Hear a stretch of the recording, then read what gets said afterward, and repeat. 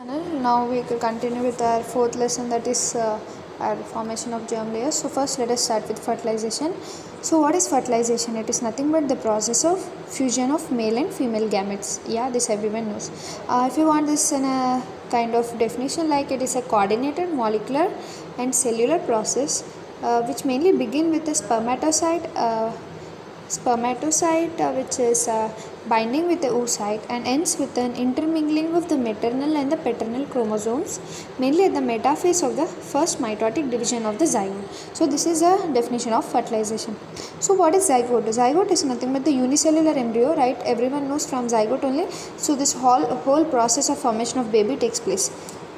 So where this actually fertilization takes place is a site of ampulla. Ampulla of the fallopian tube is the most common site of fertilization. So before starting that, once let us review this diagram so that we can understand where is ampulla all those.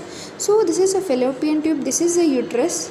This is also fallopian tube. Everyone knows that we have two fallopian tubes. So the fallopian tube, this finger-like process are fimbriae, and this is the infundibulum part, and this is the ampulla part, and this is the isthmus part. So first we need to understand this. So here the ampulla part, here only the ovum and sperm get fertilized over here. Remember that the ovum is immotile but the sperm is motile, so it need to transfer from vagina, cervix into our body of uterus, fundus of no need to go to fundus. From here it can enter here. So this it should motile. So sperm is highly motile and travel more when compared with the ovum. So sperm is in a semen mainly. So the corona radiata cells are around the secondary ovum along with the zona pellucida. So there is a fallopian tube at the ampulla site, and with the sweeping movements the mucous cells are ciliated and the small fluid currents are formed. So by all this process the ovum gets reaching here because it's immotile, right? Because of sweeping process, because of some fluid, small fluid currents, because of all this finally it is coming to the ampulla. So the secondary ovum stay only for the 24 hours in the ampulla. So if the sperm doesn't come, then it dies and persists, and peristalsis of the fallopian tubules moves to the ampulla. So because of peristalsis of a fallopian tube, this also brings the ovum into ampulla.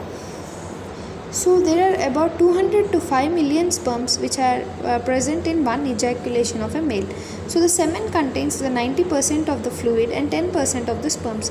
In the semen, 90% the enzyme is known as vesiculase enzyme and 10% sperms. So these sperms are more motile in uterus, and here because the environmental is more favorable. So this is the uterus, right? Here they are more motile when compared with cervix and our vagina, because in vagina there is more acidic conditions for female to prevent all the bacterial or any other infections. So it is more motile. So this is important question, like sperm is where it is more motile. It is more motile in the uterus of a female. So cervix also have some mucus like a thinny white mucus. So this is stingy, and during ovulation it is produced, and this cervix mucus is so easily here the sperm can move very easily because of the mucus is stingy and very thin, so that it can easily pass and easily enter into the uterus and next into the fallopian tube, and here it gets fertilization. So next, coming to fructose. Fructose is the one which take up by the sperm and get the ATP, and it becomes motile, right? So ATP, actually we are saying sperm is motile. So how it is motile? Mainly because how it is getting its energy from the fructose mainly. So fructose is semen rich. So semen is rich in mainly fructose, and remember that they are also having prostaglandins in us sperm also, which increase the contraction of the uterine tube. So sperms releasing the prostaglandin and making the uterine tube to contract. So it's like both female and male are like here in coordination, that is female is also helping for the movement of the sperm here because of uterine tube contractions that is mainly stimulated by prostaglandins produced by a sperm. So actually we are saying about energy, right? So where is mitochondria in a sperm? The middle piece is having mainly mitochondria which is producing energy so that they can swim easily and enter. So how much time it takes for the sperm to reach our ampulla is nothing but 5 minutes they reach. Within 5 minutes they can easily reach the ampulla, or if it is late then it can be up to 45 minutes also. So out of, there are like 500 million sperms, out of 500 million sperms only 200 are reaching or uterus. In that we know only one gets fertilized and all the others are disintegrated in the female genital tract itself. So most of them stop at the beginning of the fallopian tube, and ovum is like having some chemoattractants around them. So because of that they get attracted towards it. Most of them actually reach till here and they stop there. But because of the chemoattractants from the ovum, they get attracted and move towards the ampulla region. And next, what is capacitation acrosome reactions? Actually these are taking place which are mainly needed to undergo to the fusion with the ova. These are compulsory needed, that is capacitation and acrosome reaction. So what is capacitation? It is nothing but the conditioning of the sperm for the 7 hours in the female tract itself. So this is important. 7 hours the sperm is conditioning in the female tract, and it is mainly what is doing in this process is it is washing away the glycoproteins which is present mainly on the plasma membrane, that is on the head of that is acrosomal membrane. Here this is a plasma membrane. So on the head there are many glycoproteins and these are mainly washed away by the capacitation. So then only the sperm can fuse, and also acrosomal reaction takes place. So capacitation is mainly done by the mucosal cells of the membrane of the female genital tract. So next we have, like here you can see the how the ovum is in the ampulla. It's like around having coronoradiator cells. Zona pellucida is still present, and the connective tissue is mainly containing hyaluronic acid, and there is a secondary oocyte. Now if you remember our before lectures, then you can understand now at this stage there is secondary oocyte. So it is stimulated by, so acrosome reaction is mainly stimulated by presence of zona pellucida around it and produces ZP3, that is a ZP3 protein. So this mainly stimulate the acrosome reaction. So now what happens is that sperms both membrane fuse and aperture is formed and release the enzymes and remove the zona pellucida. So the enzymes released are like acrosin, trypsin like and hyaluronidases. So all these enzymes are released and they are finally destroying this membrane of the outer membrane of the sperm. So they multiply and try to do acrosomal reaction, but first one only can do the acrosomal reaction.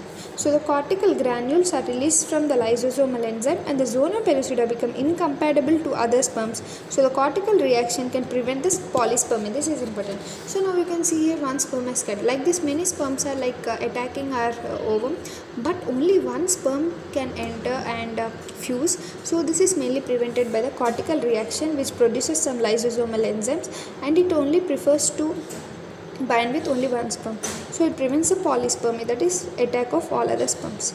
So sperm now undress and remove the membrane, that is now the whole membrane of the sperm gets removed and it enters inside like this into the cytoplasm of our cytoplasm of female tract. So that is female cytoplasm of ovum.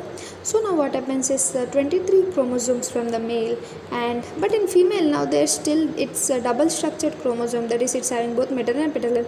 So it immediately completes its meiosis 2 now, and it forms a definitive ovum in the secondary, tertiary, those all polar bodies. We know only one definitive ovum forms. So now finally what happens is this definitive ovum along with the sperm they form a male and female pronucleus, and these together fuse together to form a zygote finally. So actually in a female there are integrins in the outer membrane, and in male there are disintegrins. So these both together lock each other and they finally enter, so that fertilization takes place. So remember that only capacitated sperms can pass by the coronoradiator. Remember this is very important. Only this coronoradiator layer, right? Only here the capacitated sperm only can reach till this zone. If the sperm is not capacitated, then there is no fertilization going to take place, right? So what is the response of egg? So we have understood all this process, but what the egg is responding, how egg was responding for the sperm is like, it is showing the cortical and the zona reaction as we seen. For cortical reaction is mainly to prevent polyspermy, and zona reaction is to remove that membrane around the acrosomal head, right? And second one is the completion of second meiotic division, right? As soon as sperm enters, it immediately completes the second meiosis division. And also third one is the increase in the metabolic activity, because it is now highly metabolic active, because it need to form a whole baby, right? It need to form zygote, it need to form again 2-cell stage, all this we will learn now. So this is what happened. So what are the results of fertilization is, now the diploid condition is again re-established, because first it used to be only haploid. Now as both are mixed together, now the diploid condition is reestablished and establishment of sex of new individual, because if the sperm carries, we know female has both X chromosomes, but in a male we have one X and one Y. So if the male brings Y, then the boy will form, and if male will form if male brings X in the sperm, then female will form. So sex determination of a baby is also done in this stage only, in fertilization. So there is also initiation of cleavage in the result of fertilization. So you can see, as I said, they will fuse. How they will, you can see nucleus of female is over here, that is 23 doublet, and nucleus of male only 23 doublet. So here paternal, maternal, right? Now it's haploid, but it is double structure, right? Now it will divide, both the membranes dissolve and they get together, right, and form the diploid zygote. So this is how they form. Now they divide and form the daughter cells. So as now meiosis 2 is undergoing, 4 daughter cells are formed. So this is how it takes place, and now zygote forms all those. Now let us continue it. Before doing that, once let us complete the diagrams related to this, and next we will continue our next topic, that is formation of germ layers. So here you can see the path taken by the sperm is a pink path. So how the sperm like this travels, comes here, ampulla, fuse, right? Yeah. And ovum is blue color. Yeah. And for fertilization, right? So sperm need to travel long and ovum need to only travel short distance. And these are all the actual diagram. Uterine part, ovary, uterus, cervical canal, vagina, fimbriae, and this is the ovary, infundibulum, ampulla, isthmus. Yeah, fertilization takes place in the ampulla. So this is the diagram. And next we are having this diagram like stages in penetration of spermatozoa into ovum. So first stage, sperm crosses the barrier formed by the corona radiata. So this is cytoplasm of oocyte, this is cell membrane of oocyte, this is perivitelline space, this is zona pellucida, these are cells of corona radiata, this is acrosome, head of sperm, middle piece. So this is the sperm side, and here, as I said, cells of corona radiata present. These are acrosome. The zona pellucida is present. Perivitelline, cell membrane of oocyte, cytoplasm. So this need to pierce like this and enter into the cytoplasm, right? So stage 2 is sperm penetrates the zona pellucida now. Yeah, and the acrosome and the plasma membrane over the head of the sperm disappear. That is, now it has undergone capacitation and also acrosome reaction, so that it is gone. So cells of zona pellucida, perivitelline. Yeah. And next here, the plasma membrane of oocyte and sperm get fused. Now head and tail of the sperm enter the oocyte, and the plasma membrane of the sperm is left outside the oocyte.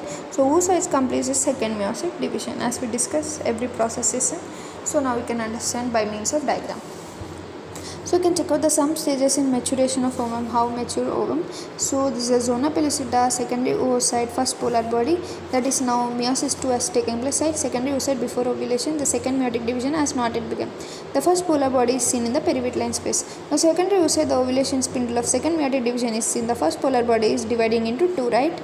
So first polar body dividing, spindle of the second meiotic division. So secondary oocyte at the fertilization, a sperm has entered the oocyte, the second meiotic division is completed and the female pronucleus is seen. So nucleus of mature ovum, vitelline membrane, polar body, spermatozoa entering the ovum. Now here you can check out the female pronucleus from the nucleus of ovum, male pronucleus from the head of the sperm. So the secondary oocyte, after fertilization, the head of the sperm has been converted to the male pronucleus from chromosome behavior. Yeah. So next here we have the behavior of chromosome during fertilization. The female pronucleus has 22 plus X chromosome, male pronucleus have 22 plus X or Y, as I said, right? Male pronucleus, female pronucleus, each chromosome duplicate itself.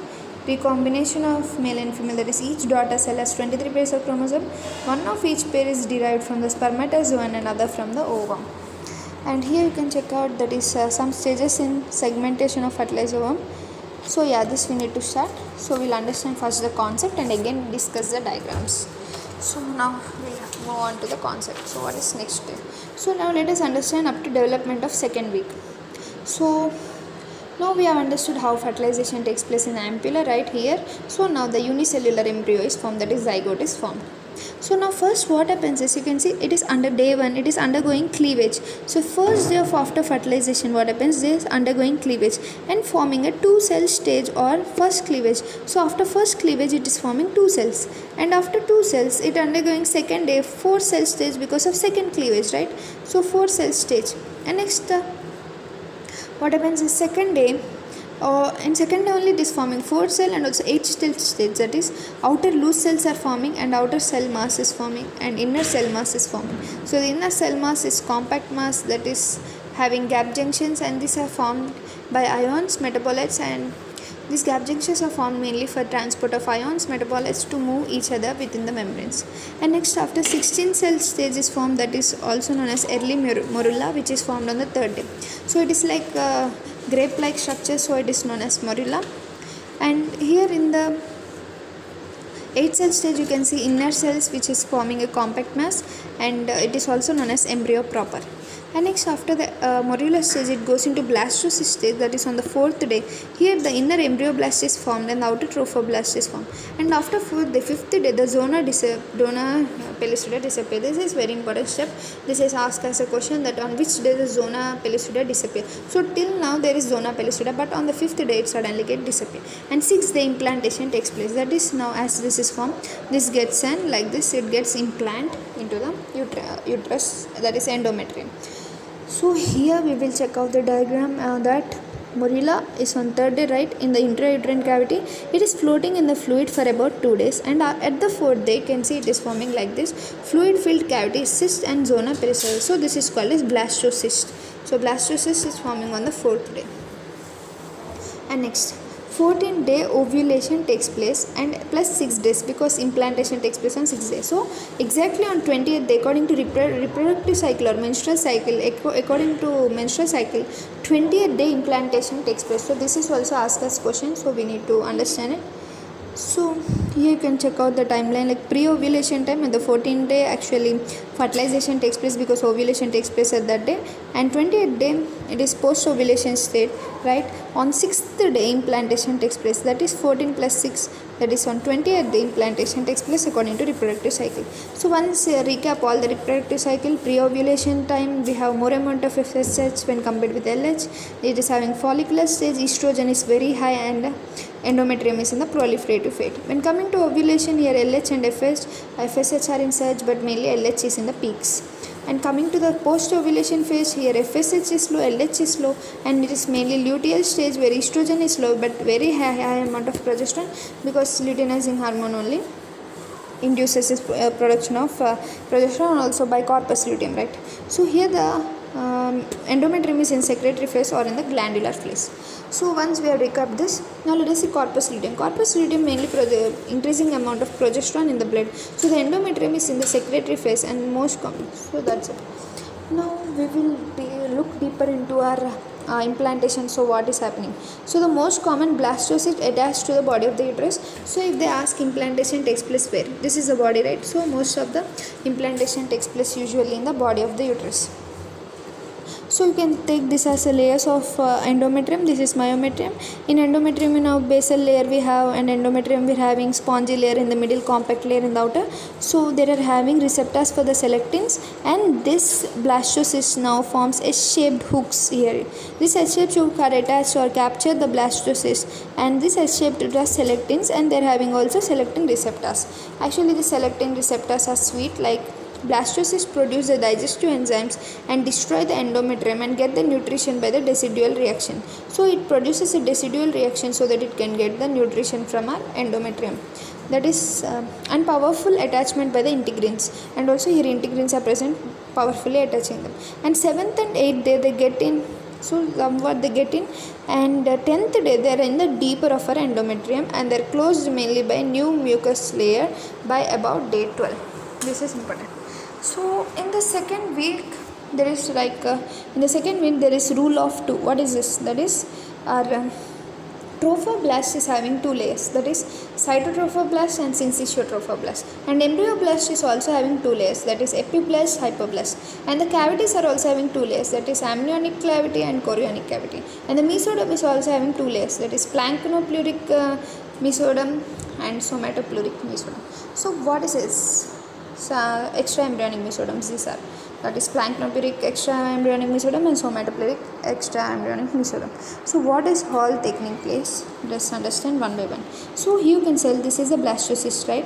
Now the blastocyst has gone to implantation stage, that is outer you can see this is embryonic pole and this is the embryonic pole, and this is a cytotrophoblast, it is outside, and this is the embryoblast inside. So next what happens on the 8 days, there is a syncytiotrophoblast forming outside, that is syncytium of cells are present which are break down the sinusoids and connect to the maternal blade and forming a maternal and fetus circulation. This takes place on the syncytiotrophoblast is forming on the 9th day, and there are multiple cavities also forming, that is the lacuna are forming which connect to the maternal blade, that is forming uteroplacental circulation. It is taking place about 11th to 12th day. So this lacuna are formed, these are interconnected and also forming a network of lacuna. So on 13th day some bleeding is taking place, that is because as this blastocyst is getting implanted into the female endometrium, some of the blood may also come, and also as there is now maternal and fetal circulation going on, some of the blood may leak out, but the female get confused that she is pregnant or not. And now on the 14th day there is also formation of primary villi, columns of cells forming a syncytiotrophoblast, and epiblast, hypoblast are formed, amniotic cavity. So all these are forming one by one in our embryo. So you can check out the primary villi, cells from syncytiotrophoblast, epiblast, hypoblast, that is bilayers are forming, amniotic cavity, down yolk sac will form.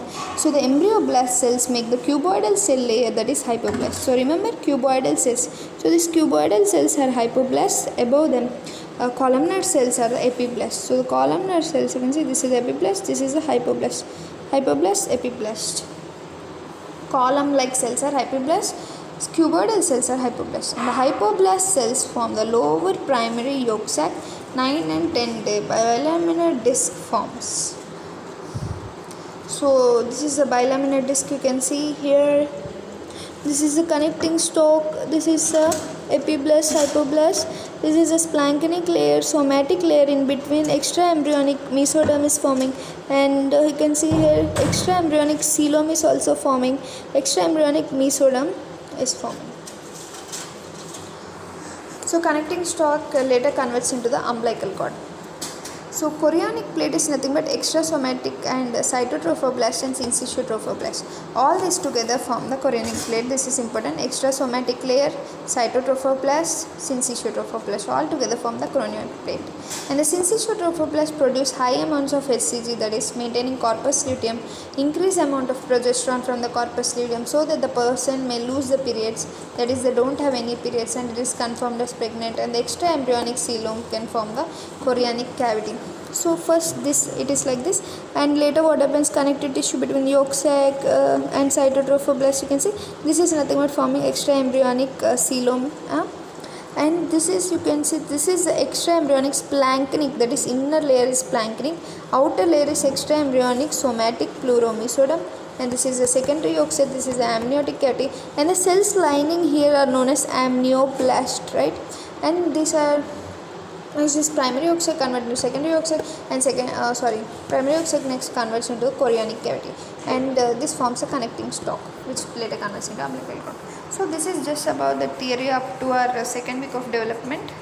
So we have understood by the end of second week of development we have two layers, that is cytotrophoblast, syncytiotrophoblast, two embryoblast layers, that is epiblast, hypoblast. If you remember, epiblast are columnar, hypoblast are cuboidal, and two cavities are from amniotic cavity, chorionic cavity, and two layers of mesoderm are from, that is splanchnic layer, that is inner layer, and somatic layer, that is the outer layer. So this is the rule of two, all these are formed. Now let us check out diagrams and finally conclude our chapter. So that we get clear idea. So you can see some stages in segmentation of fertilization. So first one, A, is the 2-cell stage, that is only one cleavage is done, and next is a 3-cell stage, this is also one cleavage, and next is a 4-cell stage, and next is a morula. So on which day this is a 2-cell stage on second day, 3-cell stage also on second day, 4-cell stage is also on second day, but remember that the morula is formed on the third day. This is important. So note that still the zona pellucida is persisting and surrounding the dividing cells, and the larger cells are dividing first, if you observe here. And next, one important point is that the zona pellucida disappears on the 5th day, that is in the blastocyst. This is very important. So they may ask question on which day zona pellucida disappears, that is on the 5th day in the blastocyst. So this is a formation of blastocyst. You can see outer layer of cells are forming trophoblast, inner cell mass, and cell zona is persisting. Here it is disappearing. So forming inner cell mass, embryoblast, and outer trophoblast, fluid accumulating here, forming a cyst, that is blastocyst here. So it is embryonic floor, abembryonic floor, cavity of blastocyst, inner cell mass, trophoblast. So now it's like cakewalk for us because we have completed all the theory. So differentiation of epiblast and hypoblast and formation of amniotic cavity in yolk sac. So you can see this is the inner cell mass, hypoblast, this hypoblast, trophoblast, epiblast columnar cells, and upper amniogenic cells forming amniotic cavity. These are like amnioblasts or amniogenic cells lining it, and lower you can check out this is the hypoblast, this is the cavity of blastocyst layer forming the primary yolk sac. So by diagrams only now we can easily understand everything. So formation of extraembryonic mesoderm and extraembryonic coelom. Note carefully the composition of amnion and a chorion. So you can see this is the amniotic cavity which is forming above. This is embryonic disc now, and this is the primary yolk sac. This is the extraembryonic mesoderm according to all our theory and diagram. So you can see this is the amniotic cavity, this is future connecting stalk, this is amnion, this is chorion, this is secondary yolk sac. Now primary is converted in secondary. This is trophoblast, this is planktopleuric layer, somatopleuric layer, and extraembryonic coelom, or it is next converted into chorionic cavity, right? So this is the embryonic disc before appearance of central axis section, and here you can see embryonic disc. So this is head end, hypoblast cells have become columnar, central axis is now apparent, tail end, head and tail end, procaudal plate. This all we are going to see in next lecture, but theory part. But now let us check out first diagram so we can get a basic idea. So appearance of primitive stick and section along XY. So you can see X and Y. This is a procaudal plate. Here only ectoderm and endoderm are intact. Here mesoderm is not present. Even in the primitive stick, epiblast cells proliferate and they go inside and form mesoderm. Right. This we will learn later. And yeah, this is a section along XY shown in A. So this is mesoderm cells spread sideways from the primitive stick, and the primitive stick, epiblast, mesoderm, endoderm, right? So this is a diagram which is mainly showing the attachment to the connecting stalk to the caudal end of the embryonic disc, and note the cells of intraembryonic mesoderm passing into connecting stalk. So procaudal plate you can check out, primitive stick, this is the developing notochord, intraembryonic mesoderm, cloacal membrane, extraembryonic mesoderm in the connecting stalk, and this is the intraembryonic mesoderm passing into the connecting stalk. So next one is diagram to show attachment of connecting stalk to caudal end of the embryonic disc, and note the cells of intraembryonic mesoderm passing into connecting stalk. So this is a primitive stick, this is ectoderm, amniotic cavity, intraembryonic mesoderm, yolk sac, endoderm, extraembryonic mesoderm, extraembryonic coelom, connecting stalk, note intraembryonic mesoderm passing into it, and extraembryonic coelom. So this we will understand in detail. So by this we completed. Next we will start with our fifth lesson.